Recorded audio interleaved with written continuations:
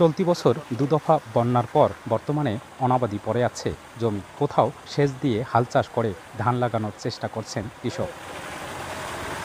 বন্যার কারণে মৌসুমের শুরুতে আমন আবাদ করতে পারেননি কুড়িগ্রামের সব উপজেলার নদী অববাহিকার চরাঞ্চল ও নিম্নাঞ্চলের কৃষক। বর্ষা মৌসুমের শেষে জমিগুলো থেকে পানি নেমে গিয়ে মাটি নরম থাকার কথা থাকলেও তীব্র গরমে এখন মাটি ফেটে চৌচির, দেখা নেই কাঙ্ক্ষিত বৃষ্টিরও। এতে করে সেচ নির্ভর হয়ে পড়েছে আমন আবাদ, বেড়ে যাচ্ছে উৎপাদন খরচ। এখন তো বন্যা আর সম্ভাবনা নাই বলতে চলে।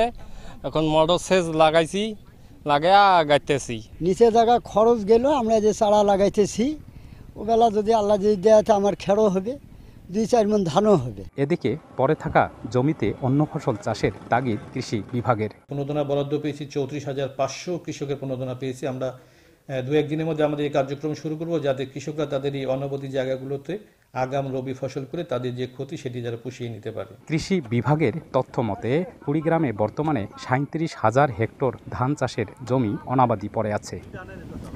বাদশা সৈকত, সময় সংবাদ, কুড়িগ্রাম।